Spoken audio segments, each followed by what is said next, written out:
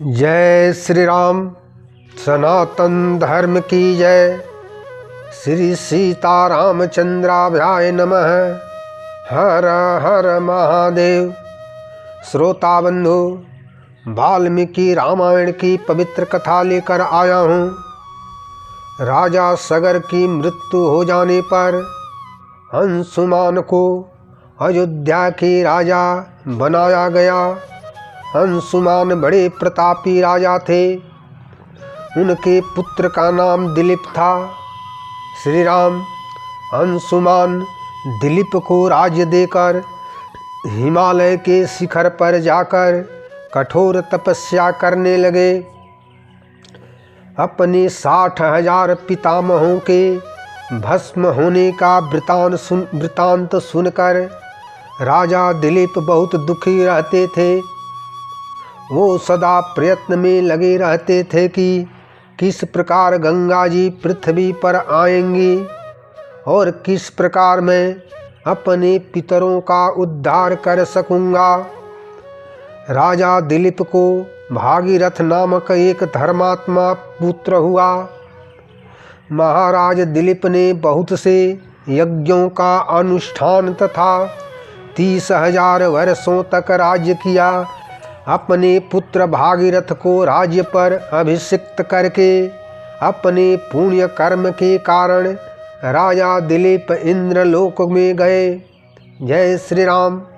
श्रोता बंधु, मैं पंडित गोपाल जी तिवारी सत्य सनातन ज्ञान संगम चैनल से प्रभु श्री राम के चरणों में नमन करते हुए चैनल पर समस्त श्रोता बंधुओं का स्वागत करता हूँ।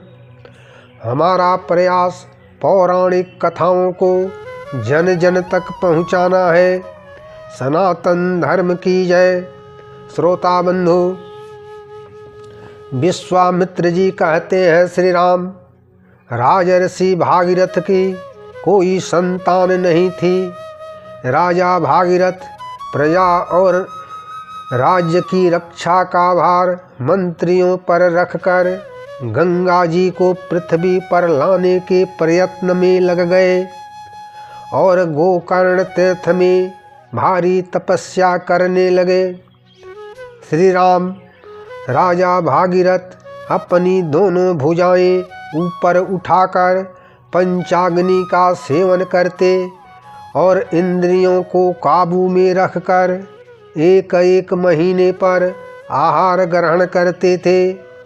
इस प्रकार तपस्या करते हुए राजा भागीरथ के 1000 वर्ष व्यतीत हो गए।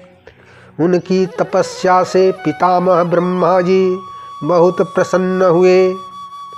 ब्रह्मा जी बोले, भागीरथ राजन, तुम्हारी तपस्या से मैं बहुत प्रसन्न हूँ। तुम कोई वर मांगो। राजा भागीरथ ब्रह्मा जी से बोले, भगवान, आप मुझ पर प्रसन्न हैं तो गंगा जी को पृथ्वी पर छोड़ दीजिए ताकि हमारे 60,000 पुरखों का उद्धार हो जाए, उनको मुक्ति मिल जाए। राजा भागीरथ के ऐसा कहने पर पितामह ब्रह्मा जी मधुर वाणी में बोले, इक्ष्वाकु वंश की वृद्धि करने वाले भागीरथ, तुम्हारा मनोरथ पूर्ण होगा। तुम गंगा जी को धारण करने के लिए भगवान शिव को तैयार करो। भागीरथ, गंगा जी के गिरने का वेग यह पृथ्वी सह नहीं सकेगी। भगवान शिव के सिवा और किसी को ऐसा नहीं देखता जो गंगा को धारण कर सके। ऐसा कहकर ब्रह्मा जी ब्रह्मलोक को चले गए। श्रोता बंधु, ब्रह्मा जी के चले जाने पर राजा भागीरथ अंगूठे के अग्रभाग पर खड़े होकर 1 वर्ष तक भगवान शिव की उपासना में लगे रहे। भागीरथ की तपस्या से प्रसन्न होकर भगवान शिव ने भागीरथ से बोला, मैं गंगा को अपने मस्तक पर धारण करके तुम्हारा प्रिय कार्य अवश्य करूँगा। इस प्रकार भगवान शिव अपनी जटाओं को फैलाकर हिमालय पर पैर जमाकर खड़े हो गए।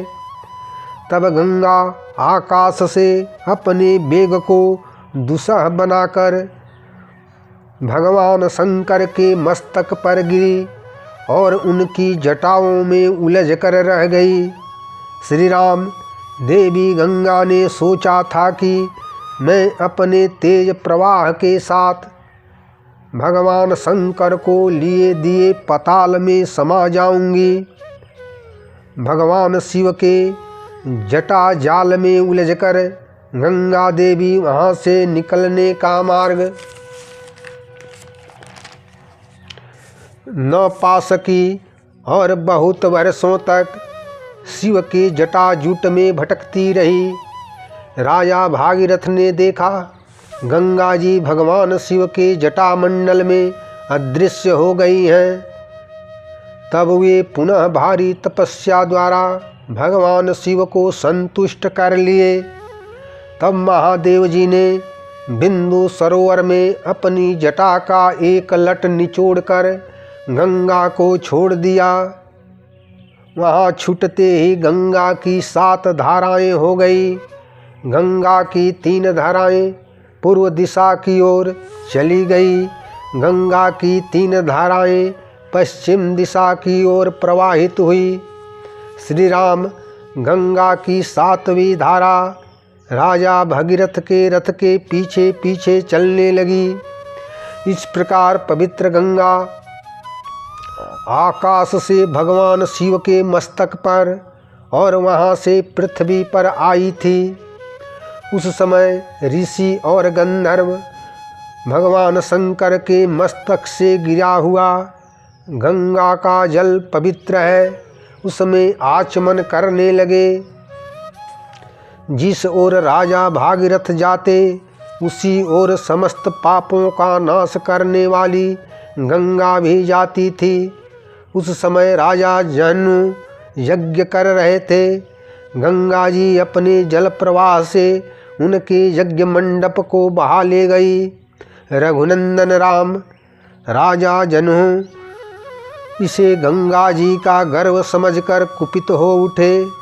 फिर तो उन्होंने गंगा जी के समस्त जल को पी लिया। तब देवता गंधर्व तथा ऋषि महात्मा जनों की स्तुति करने लगे। उन्होंने गंगा जी को उनकी कन्या बना दिया। इससे राजा जनों बहुत प्रसन्न हुए। उन्होंने अपने कानों के छिद्रों द्वारा गंगा जी को पुनः प्रकट कर दिया। इसीलिए गंगा जाह्नवी भी कहलाती है। वहाँ से गंगा फिर भागीरथ के रथ का अनुसरण करती हुई चली। उस समय पवित्र जाह्नवी समुद्र तक जा पहुँची और राजा भागीरथ के 60,000 पितरों को उद्धार करके रसातल में चली गई।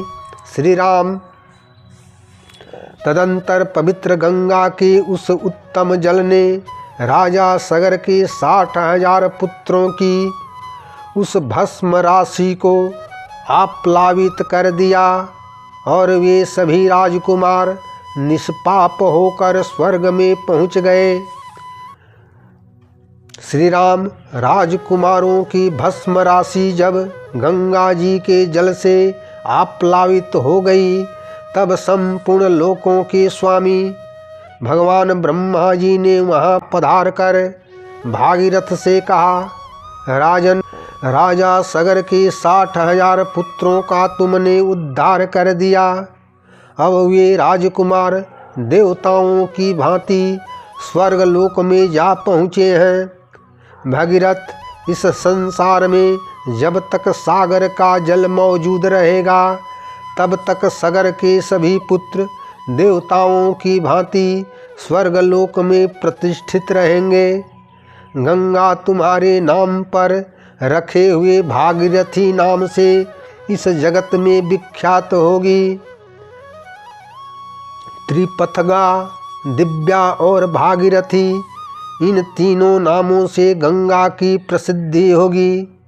गंगा आकाश, पृथ्वी और पाताल तीनों पथों को पवित्र करती हुई गमन करती है। इसलिए त्रिपथगा मानी गई है। ब्रह्मा जी ने कहा, राजन, अब तुम गंगा जी के जल से यहाँ अपने सभी पितामहों का तर्पण करो और इस प्रकार अपनी तथा अपने पूर्वजों द्वारा की हुई प्रतिज्ञा को पूर्ण कर लो। राजन, तुम्हारे पूर्वज राजा सगर भी गंगा जी को यहाँ लाना चाहते थे, किंतु उनका यह मनोरथ पूर्ण नहीं हो सका। तुम्हारे दादा राजर्षि अंशुमान ने भी गंगा को यहाँ लाने के लिए प्रयत्न किया, परंतु सफल नहीं हो सके। भागीरथ, तुम्हारे पिता राजा दिलीप भी गंगा को यहाँ लाने की इच्छा करके भी इस कार्य में सफल न हो सके।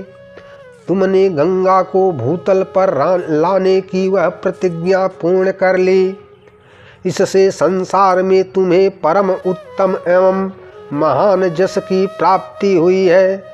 तुमने जो गंगा जी को पृथ्वी पर उतारने का कार्य पूरा किया है, इससे तुमने महान ब्रह्मलोक पर अधिकार प्राप्त कर लिया है, जो धर्म का आश्रय है। राजन, तुम अपने सभी पितामहों का तर्पण करो, तुम्हारा कल्याण हो। अब मैं अपने लोक ब्रह्मलोक को जाऊंगा, तुम भी अपनी राजधानी को लौट जाओ। श्रोता बंधु, ऐसा कहकर लोक पितामह ब्रह्मा जी जैसे आए थे वैसे ही ब्रह्मलोक को लौट गए।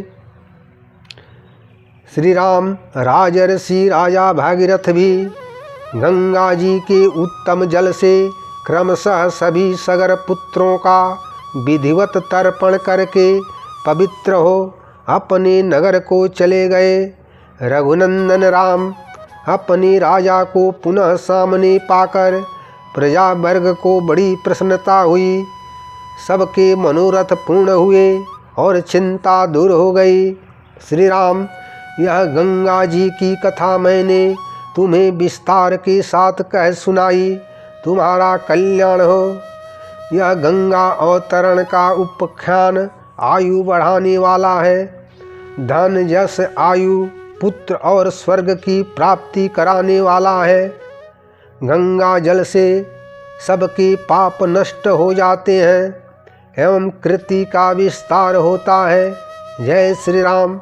श्रोता बंधु, वाल्मीकि रामायण की कथा से गंगा अवतरण तथा राजा सगर के 60,000 पुत्रों के उद्धार की कथा सुनकर लाइक करें, शेयर करें, कमेंट करें तथा चैनल को सब्सक्राइब जरूर करें। सनातन धर्म की जय। जय श्री राम। हर हर महादेव।